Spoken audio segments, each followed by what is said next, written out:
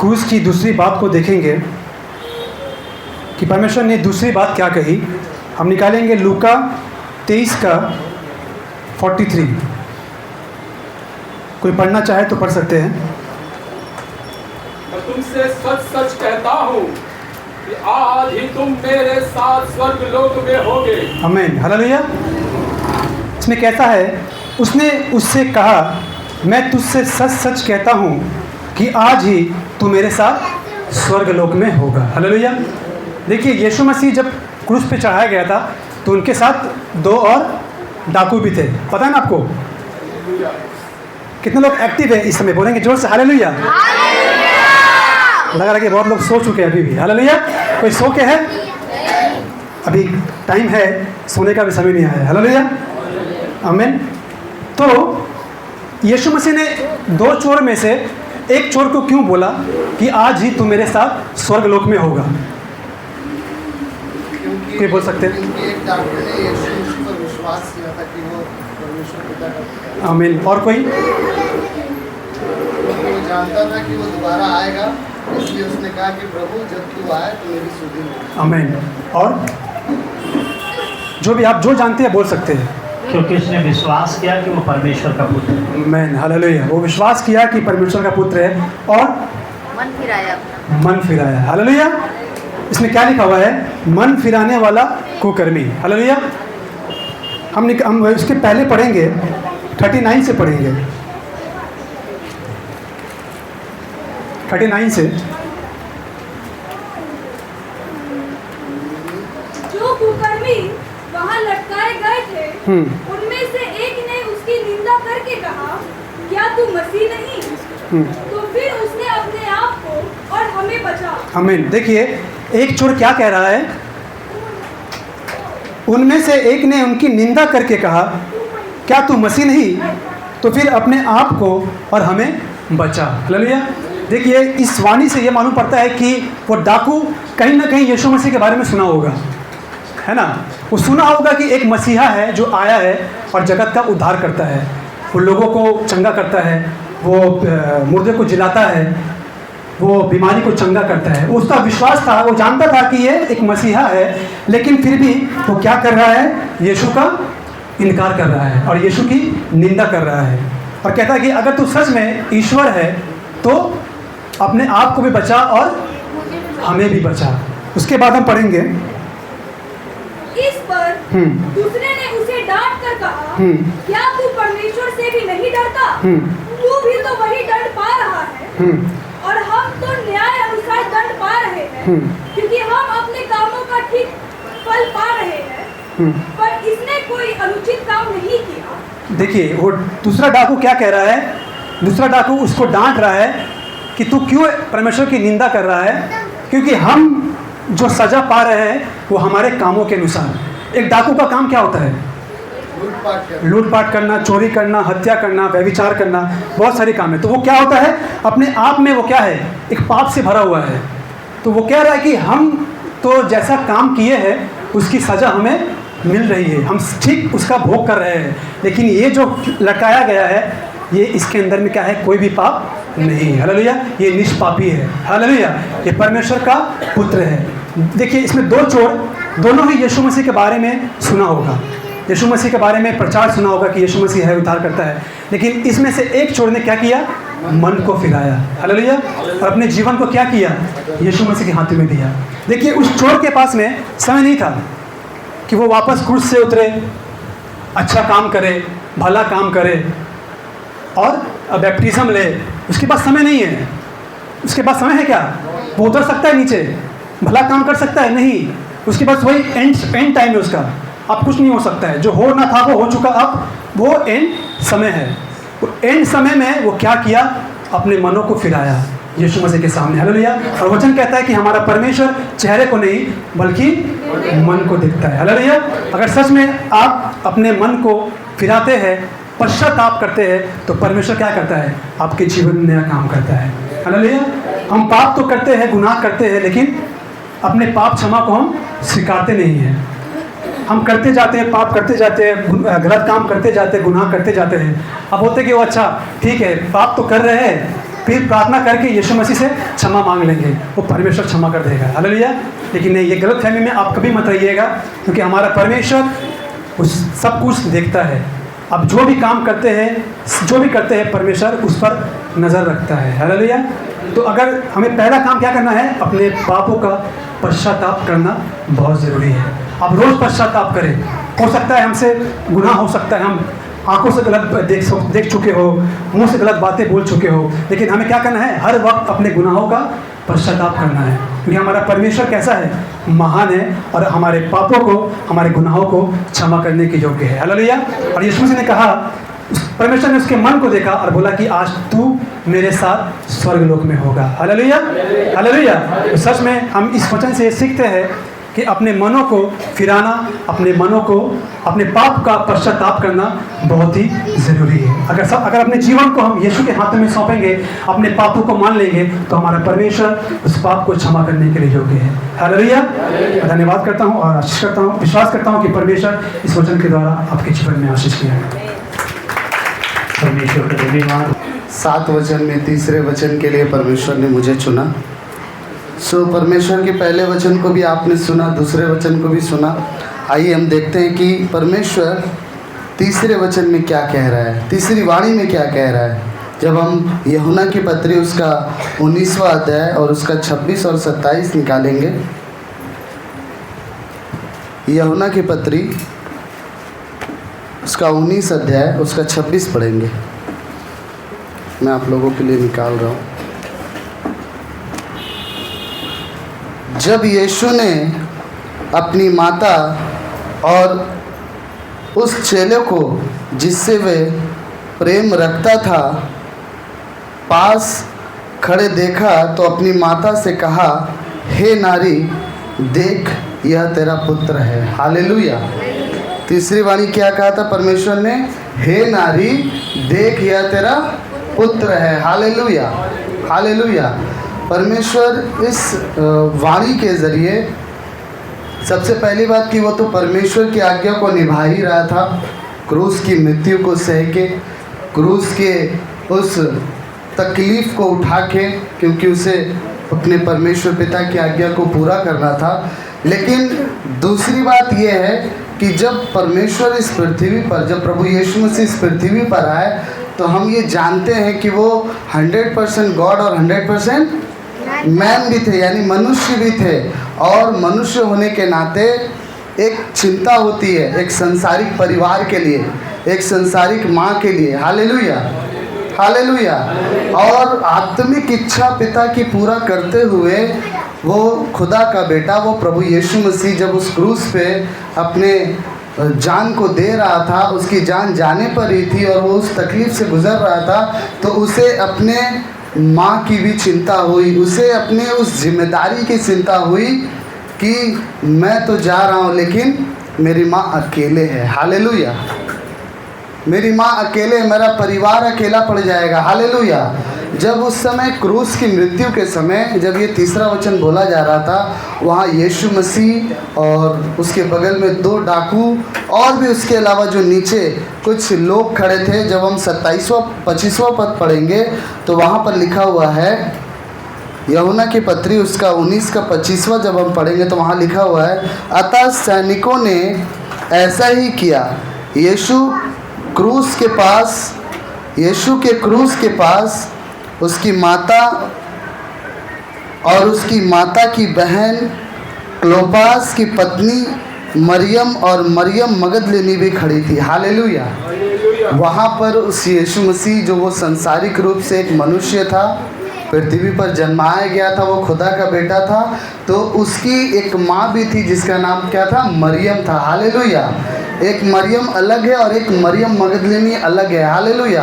और वहाँ कुछ प्रेरित भी खड़े थे, जिस प्रेरित में वहाँ पर एक प्रेरित यूहन्ना भी था। हालेलुया। और वो बड़ी ही तकलीफ़ में जो है एक संसार की जो वो जीवन जी रहा था, उसमें एक माँ था, एक परिवार था। कहीं ना कहीं वो अपने परिवार की भी चिंता को बता रहा है इस तीसरी वाणी के द्वारा कि मैं तो जा रहा हूँ, लेकिन यूहन्ना जो उसका सबसे प्रिय चेला था, परमेश्वर का, प्रभु यीशु मसीह का सबसे प्रिय चेला था, उसने अपनी माता की ओर बड़ी ही दुख भरे नज़रों से देखा और कहा कि देख यह तेरा पुत्र। यानी उनका बोलने का तात्पर्य ये था कि मैं जा रहा हूँ, लेकिन जो मेरी माँ, सांसारिक माँ जो मरियम है, अब जो है इसके भरोसे वो रह सकती है, यानी यूहन्ना के भरोसे वो रह सकती है, क्योंकि यूहन्ना जो था यीशु मसीह का प्रिय पुत्र था। हालेलुया। आज कहीं ना कहीं जैसे यीशु मसीह मनुष्य होने के बावजूद भी कहीं ना कहीं वो एक इंसान होने के बावजूद भी एक जिम्मेदारी को निभा रहा है, एक पारिवारिक हो, चाहे वो अपने लोगों के साथ सेवा करने का जाने का हो, चाहे वो अपने चेलों के साथ नगर नगर जाकर सुसमाचार प्रचार करने का हो, वो सारी चीज़ों को वो एक मनुष्य होने के बावजूद भी जब वो निभा रहा है और अंत के समय में अपने परिवार की चिंता और जिम्मेदारी को भी निभा रहा है, तो मेरे प्रियो हम भी एक मनुष्य है, हमें यीशु मसीह के प्रति कितना जिम्मेदार व्यक्ति होने का ज़रूरत है। हालेलुया। कितने लोग मेरी इस बात से सहमत हैं? हालेलुया। जब वो एक मनुष्य होके, जब वो खुदा का बेटा होके, जब मनुष्य रूप में होके, जब उसे इतनी चिंता है कि मैं जा रहा हूँ, मेरी जो एक माँ है वो अकेले पड़ जाएगी, वो किसके भरोसे रहेगी, मेरा एक परिवार है वो टूट जाएगा। सोचिए, वो खुदा का इच्छा तो पूरा कर रहा है, कहीं ना कहीं उसे अपनी संसारिक माँ और परिवार की भी चिंता, यानी इस संसार में जो जो चीज़ वो कर रहा था, जो जो चीज़ में वो इन्वॉल्व था प्रभु यीशु मसीह, उन सारी चीज़ों का वो चिंता व्यक्त कर रहा है। वैसे ही मेरे प्रियो, हमें भी जब परमेश्वर ने इस पृथ्वी पर चुन लिया है, बेटा और बेटी करके अधिकार दिया है, तो हमारा भी फ़र्ज़ है, हमारा भी ये कर्तव्य है कि हम यीशु के तरह एक ज़िम्मेदार व्यक्ति बने, एक ज़िम्मेदार बेटा बने। हालेलुया। एक ज़िम्मेदार लीडर बने। हालेलुया। और एक ज़िम्मेदार चेला बने, ताकि हम जैसे वो खुदा एक मनुष्य होने पर भी सहा, तकलीफ़ों को सहा, पीड़ाओं को सहा, कहीं ना कहीं वो चाहता तो सब कुछ कर सकता था, लेकिन उसने क्या किया? अपने पिता की इच्छा को पूरा किया। वैसे ही हमें भी उस पिता की इच्छा को पूरा करना है जिस पिता ने हमारे और आपके लिए जान दिया। हालेलुया। हमें भी जिम्मेदार होना है, हमें भी जिम्मेदार होना, चाहे वो परिवार के प्रति हो, चाहे वो कलीसिया के प्रति हो, चाहे वो दास दासी के प्रति हो, चाहे सेवकाई के प्रति हो, हमें भी एक जिम्मेदार व्यक्ति बनना है। जैसे यीशु को अपनी माँ और परिवार की चिंता तीसरी वाणी के द्वारा में की गई थी और हो रही थी, वैसे ही हमें भी जो है एक जिम्मेदार व्यक्ति बनना और हमें भी जिम्मेदारियों को निभाना है। हालेलुया। हालेलुया। वो जब ये वर्ड बोल रहा था कि हे नारी देख यह तेरा पुत्र है, तो उसके चेहरे पे बहुत मायूसी थी, उसके चेहरे पे बहुत मायूसी थी। लेकिन उसके उस मायूसी को जो वहाँ कुछ खड़े प्रेरित थे, उसमें से यूहन्ना जो था, वो उस मायूसी को फील कर रहा था, वो उस मायूसी को महसूस कर रहा था, और वो जानता था कि यीशु के जाने के बाद उसकी माँ मरियम जो है वो अकेली हो जाएगी। तब देखिए 27वां पद में यूहन्ना ने क्या किया? तब उसने चेले से कहा, यह तेरी माता है, और उसी समय से वह चेला उसे अपने घर ले गया। हालेलुया। और वो चेला कौन था पता है? यूहन्ना था। हालेलुया।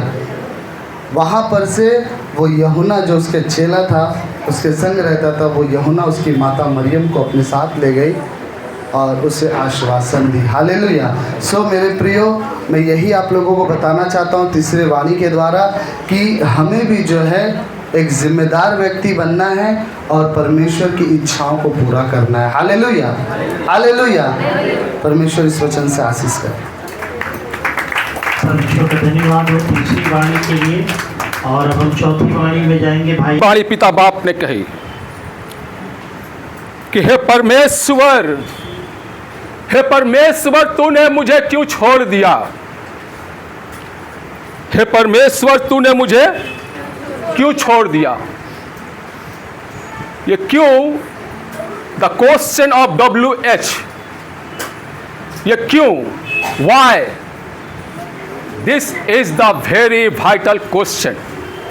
ये क्यों जो है बहुत ही वाइटल प्रश्न है।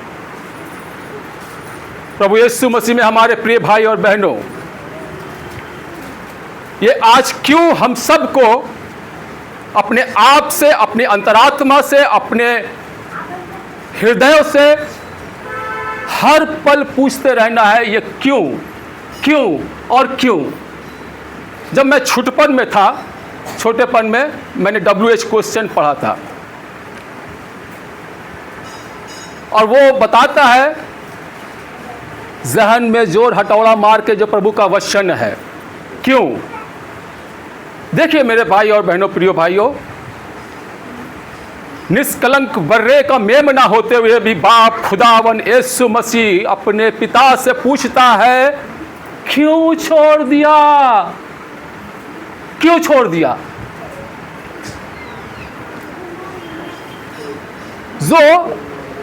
जिस पर कोई ऐब ना था, जिस पर एक देखिए यहां भी हमारे शर्ट में 2 छोटा सा बिंदी है, दाग लग गया, जिस पर कोई दाग न था, वो पिता अपने परम प्रधान के से पूछ रहा है क्यों छोड़ दिया। क्या हम आज आप सब नतमस्तक होकर के सरेंडर होकर पिता बाप से पूछते हैं कि पिता बाप तूने हमें क्यों छोड़ दिया, तो हमारी प्रार्थनाओं को क्यों नहीं सुनता।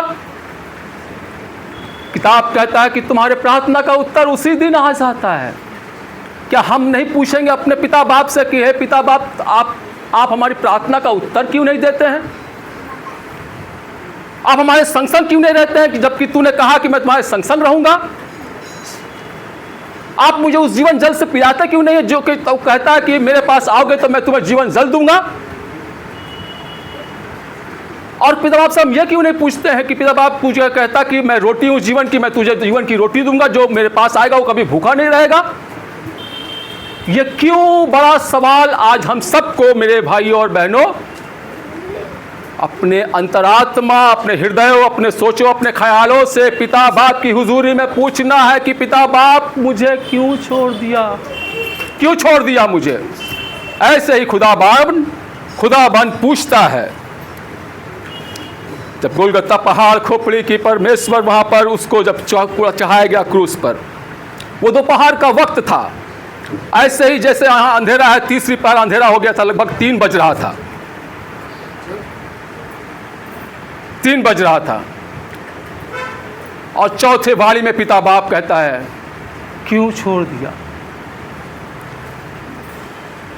अंधेरा जो है उस कलाम को पढ़ लेंगे पहले, जो वहाँ पर मत्ती 27 और 35 भाग में है। ओ यीशु सी हालेलुया। मत्ती का अध्याय 27वां और उसका 35वां वचन पढ़ेंगे मेरे प्रियो।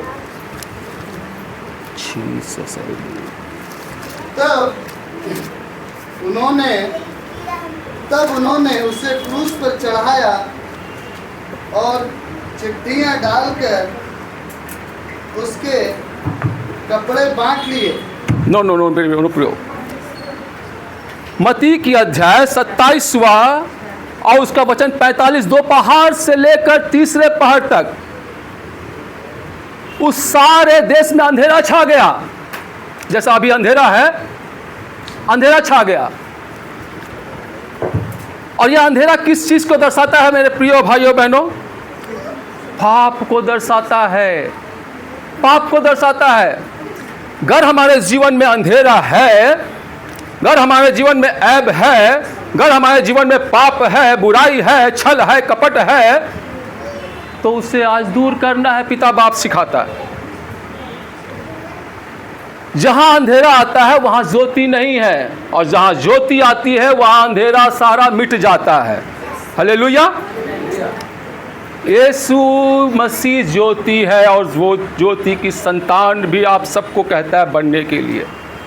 तब वो पिता बाप जो ज्योति है, हमारे अंदर जो अंधकार है, उस अंधकार को वो ज्योति जब आएगी सारा मिटा देगी। ऐसा ही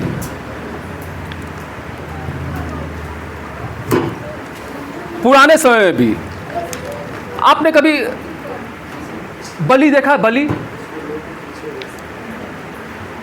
उन दिनों में जब हम कहीं भी जाते थे बलि के देखने के लिए, लोग उसका कान काट करके लाते थे और घर में जो है फिर उसको काटते थे।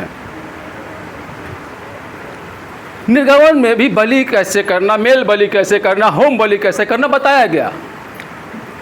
फसह का जैसे ये पर्व चल रहा है, उस समय भी फसह का पर्व चल रहा था, और बलि का जो उस समय बकरा यूज होता था, कहा गया था कि उसमें कोई ऐब ना होना चाहिए। अगर उसमें ऐब होता था तो यह परमेश्वर को बलिदान योग्य न था। और यहां पर चूंकि यीशु मसीह ने सारे जगत के लोगों के पापों को अपने सरमाथे अपने ऊपर ले लिया, क्योंकि हम उद्धार पाए, छुटकारा पाए, बच जाए, इसलिए उसके पाप के कारण चूंकि पिता का वचन पूरा हो, पिता का वचन पूरा हो, पिता का उस वचन पूरा करने के लिए उसने अपने इकलौते पुत्र को छोड़ दिया। हालेलुया। इसलिए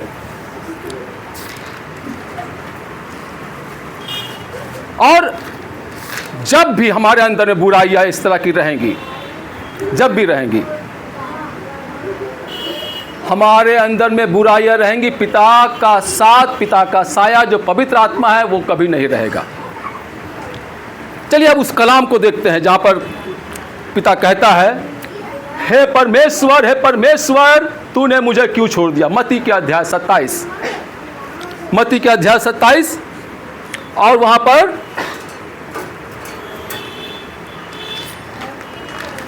हे मेरे परमेश्वर, हाँ, हे मेरे परमेश्वर, हाँ, तूने मुझे क्यों छोड़ दिया। हाँ। तो आज हम सबको भी क्यों का प्रश्न का जवाब घुटने लगाकर पिता की हुजूरी में मांगने की आवश्यकता है, ताकि वो पिता बाप हम सबको ना छोड़े। सदा सर्वदा जब उसने कहा कि हरी घाटियों में ले जाऊंगा, तुझे सुखदायी जल के झरनों के निकट जीवन जल से तृप्त करूंगा, और उस देश को, उस वाचे के देश को मैं दूंगा, मतलब जीवन दूंगा, तो हमें उस जगह पर पिता के मांग करके हुजूरी में रहना है। हालेलुया।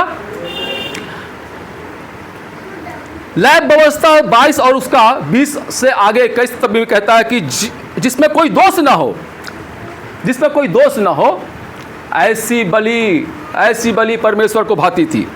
और निर्गमन 12 का 5 में भी कहता है मेरे प्रियो कि मेमना निर्दोष होना चाहिए।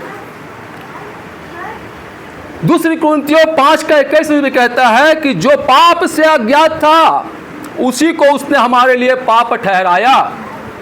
यीशु मसीह में कोई पाप नहीं था, वो तो जन्मा ही था कुंवारी से, वो तो जन्मा ही था। हम सब तो पाप से जन्मे हैं, इसलिए कि उसने हमें धार्मिकता का झिलम पहनाने के लिए पापी बना। हालेलुया। और इसलिए हम जो आटा है, हम थोड़ी सी खमीर जो है हमारे जीवनों को खराब कर सकती है। हम गूथा हुआ आटा कैसे बनाएंगे, पिता की हुजूरी में मांगेंगे आज उससे कि पिता बाप थोड़ी सी खमीर भी हमारे उस गूठे हुए आटे को खत्म ना करने पाए। हालेलुया। बट यहाँ पर यीशु मसीह पर तो उसने सबका पाप ले लिया, इसलिए जहाँ पाप है वहाँ जो है उजियाला नहीं रह सकता, उजियाला नहीं रह सकता। और चूंकि कलाम में मुकद्दस आला जो किताब है उसका वचन पूरा हो, पवित्र शास्त्र का वचन पूरा हो, इसलिए पिता ने अपने पुत्र को भी छोड़ दिया। हालेलुया। पत्रस, पहला पत्रस उसका 1 का 18 में भी कहता है कि हमारा छुटकारा। मैं भी जो अपने घरों में अकेला ही रहता था, उस समय हम लोग इस किताब से कोई भी जानकारी में नहीं थे। प्रभु के दास और उनके संग कई प्रेरित हमारे घर में गए थे, कई लोग प्रभु के गए थे, ना कि सोने से, ना कि चांदी से, ना कि पैसे से, ना कि अन्य किसी वस्तु से उन्होंने हमें मोल लिया था। और प्रभु का कलाम भी कहता है कि मैंने तुम्हें चांदी, सोने और पैसों से मोल नहीं लिया है, बल्कि किससे हमें खरीदा गया है? उसके बेदाग खून से, पर्रे के खून से, मेमने के खून से, निष्कलंक यीशु के खून से खरीदे गए हैं। तो जब बदला हो गया, पर हम लोग को ले लिया गया है, पहला पत्रस 1 अध्याय उसका 18 से 19 में कहता है कि हमारा छुटकारा पैसे से नहीं हुआ, इसलिए हम खून खरीदे गए हैं। और उस खून में बेऐब रहना चाहिए, कोई दाग नहीं रहना चाहिए, नहीं तो पिता भी हमें छोड़ देगा। हालेलुया। पिता जब देहधारी हुआ, मानव रूप में इस जगत में हमारे उद्धार के लिए आया, उसने हम सबको पापों से छुटकारा देने के लिए कहा कि पाप मत करना। हालेलुया। मैं पिता को धन्यवाद दूंगा कि आत्मा जो सिखाता है, और वो पिता आज परीक्षा, जो महागुरु परीक्षा ले रहा है कि मेरे बेटे उस वाणी को सीखें, और सीखें, ना सिर्फ सीखें, उस पर चले। अमली जामा पहनाया जाए मेरे बेटे और बेटियों को। हालेलुया।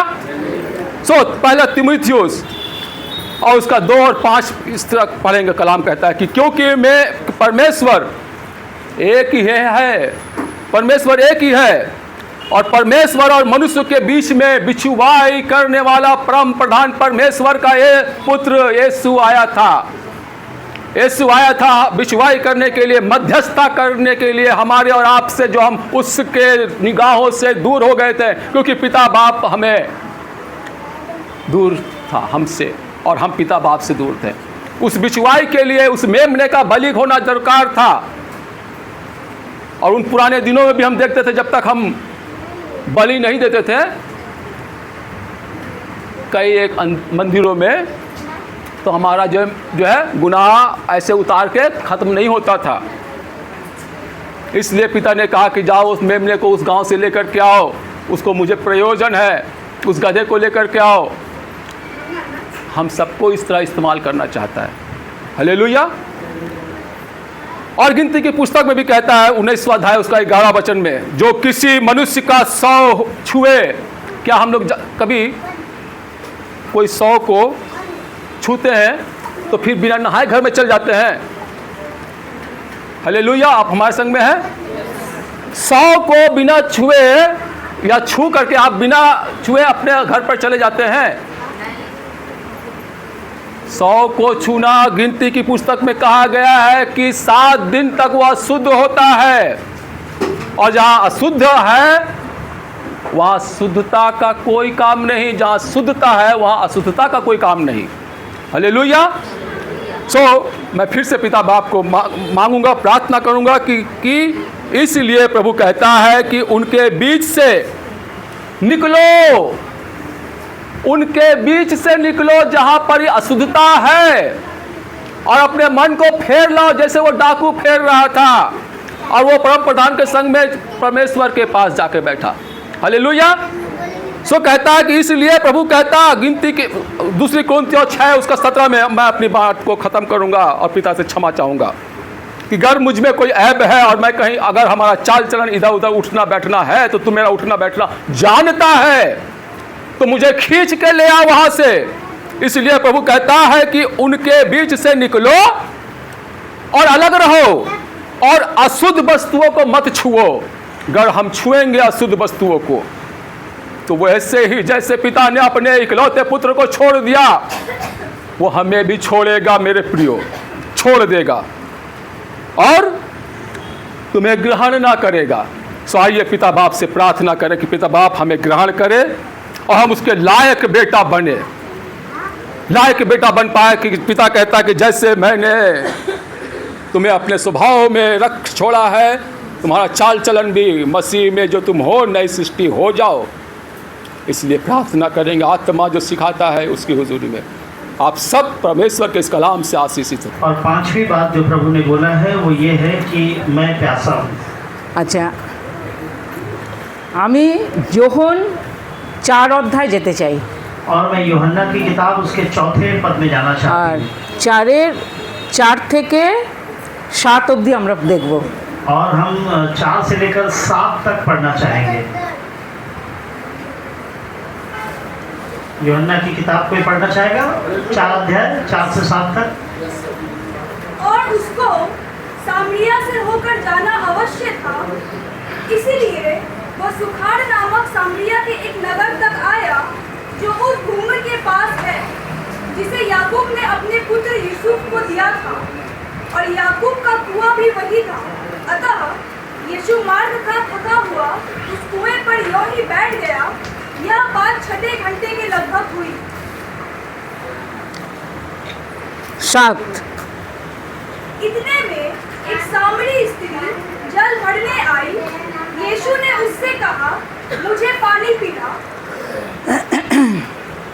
আমরা পঞ্চম বাণীতে দেখছি যিশু বলছেন আমার পিপাসা পেয়েছে, हम 5वीं वाणी में देखते हैं कि यीशु ने कहा मैं प्यासा हूँ। কিন্তু যিশু পিয়াসা ছিলেন আরও আগে থেকেই। लेकिन यीशु प्यासा है बहुत पहले से। আমরা এখানে দেখলাম যিশু কোথায় এসেছেন, একজন সমরিয়া নারীর কাছে। और हम देखते हैं यहाँ पर यीशु एक समारिया की स्त्री के पास आया। আর সমরিয়ারা ছিল সেই সময় খুব নিচু জাতি ছিল, নিচু জাতি। समारिया के लोग उस समय बहुत नीच जाति समझे। আর যিশু নিজে ছিলেন জিহুদি বংশীয়, और यीशु मसीह यहूदियों के वंश का था। আর যিশু ছিলেন একজন উচ্চ বংশীয়। और यीशु मसीह एक उच्च कुल से था। আর এই জিহুদিদের সঙ্গে সমরিয়াদের কোনো মেলামেশা ছিল না। और यहूदियों के साथ समारियों का कोई लेन देन नहीं था। কিন্তু প্রভু যিশু সেই সমরিয়া নারীর কাছেই বলছেন যে আমাকে জল দাও। लेकिन यीशु मसीह समारिया की स्त्री के पास जाकर कहने लगा कि मुझे पानी पिला। যিশু এটা কেন বলছেন? और यीशु ऐसा क्यों कह रहा है? তার পিপাসা কিন্তু কোনো জাগতিক পিপাসা নয়, তার পিপাসা হচ্ছে আত্মিক পিপাসা। और उसकी जो प्यास है वो जगत की प्यास नहीं है, उसकी प्यास आत्मिक प्यास है। আমরা 15 থেকে ওই যোহন 4-এর 15 থেকে আমরা 15 পদ দেখব। और हम उसी अध्याय के 15 से लेकर आगे की ओर देखेंगे। स्त्री ने उससे कहा, हे प्रभु, वह जल मुझे दे ताकि मैं प्यासा न हूँ और न जल भरने को इतनी दूर आऊँ। यीशु ने उससे कहा, जा अपने पति को यहाँ बुला। আর ব্যাস বলুন। আমরা দেখলাম সমরিয়া নারীর কাছে প্রভু যিশু জল চাইছেন। और हम देखते हैं कि समारिया की स्त्री के बाद यीशु मसीह ने पानी मांगा। তারপরে প্রভু যিশুর সঙ্গে সমরিয়া নারীর অনেক কথাবার্তা হয়েছিল। लेकिन उसके बाद में समारिया की स्त्री ने यीशु के साथ बहुत सारी बातचीत। এবং আমরা এখানে দেখছি যে সমরিয়া নারী নিজেই প্রভুর কাছে জল চাইছেন। लेकिन हम देखते हैं कि बाद में ये समारिया की स्त्री खुद यीशु मसीह के बाद पानी मांग रही है। আমরা 28 থেকে 30 অবধি পড়ব। हम 28 से लेकर 30 तक पढ़ेंगे। तब स्त्री अपना घड़ा छोड़कर नगर में चली गई और लोगों से कहने लगी, आओ एक मनुष्य को देखो जिसने सब कुछ जो मैंने किया मुझे बता दिया। कहीं यही तो मसीह नहीं है? अतः वे नगर से निकलकर उसके पास आने लगे। এখানে আমরা 3টে ঘটনা দেখলাম। हम यहाँ पे 3 घटनाओं को देख रहे हैं। প্রভু যিশুর পিপাসা পেয়েছে, यीशु मसीह प्यासा हुआ, আর তিনি এমন একজন মহিলার কাছে জল চাইছেন যিনি সমাজে অচ্ছুত ছিলেন। और वो एक ऐसी स्त्री के पास पानी मांग रहा है जो बिल्कुल अछूत है। আর সেই নারী উল্টে প্রভুর কাছে জল চাইলেন। और वो फिर स्त्री को उलट कर प्रभु यीशु से पानी मांग रही है। আর আমরা শেষে দেখলাম 28 পদ থেকে 30 পদে দেখলাম সেই সমরিয়া নারী প্রভুকে প্রচার করছেন। और फिर हम बाद में देखते हैं कि वो समारिया की स्त्री यीशु मसीह का प्रचार करती है। এই সমরিয়া নারীর দ্বারা প্রভু যিশুর আগমন পুরো ফুলফিল হলো। তিনি और समारिया की स्त्री के साथ ही यीशु मसीह का आगमन पूरा हुआ। তিনি পঞ্চম বাণীতে যেটা বলছেন যে मैं प्यासा हूँ, কিন্তু তার পিয়াসা আগেই মিটিয়ে দিয়েছিলেন সমরিয়া নারী। और यीशु मसीह जब उसने कहा कि मैं प्यासा हूँ, उसके पहले ही उस स्त्री ने यीशु की प्यास बुझा दी। আমরা কি প্রভুর পিয়াসা মেটাতে পারছি? क्या हम प्रभु की प्यास को बुझा पा रहे हैं? আজকে প্রভু সেটাই বলছেন, আমার জগতের জলের কোনো প্রয়োজন নেই, और आज के दिन प्रभु यही कहता है, हमें संसार के पानी की कोई जरूरत नहीं কিন্তু তোমাদের জন্য আমি পিপাসিত, और मैं तुम्हारे लिए प्यासा हूँ তোমরা আমাকে জল পান করাও। और तुम मुझे पानी पिलाओ। সমরিয়া নারী আমাদের আইডিয়াল, और समरिया की स्त्री जो है हमारे लिए एक उदाहरण है। আর আমরা যেন সমরিয়া নারীর মতো প্রভুর পিয়াসা মেটাতে পারি। और हम समरिया की स्त्री की तरह हम यीशु मसीह की प्यास बुझा पाए। आमीन। आमीन। प्रभु इस 5वीं वाणी से हम तमाम लोगों को बरकत दें। आइए इस समय हम 6ठी वाणी में चलेंगे।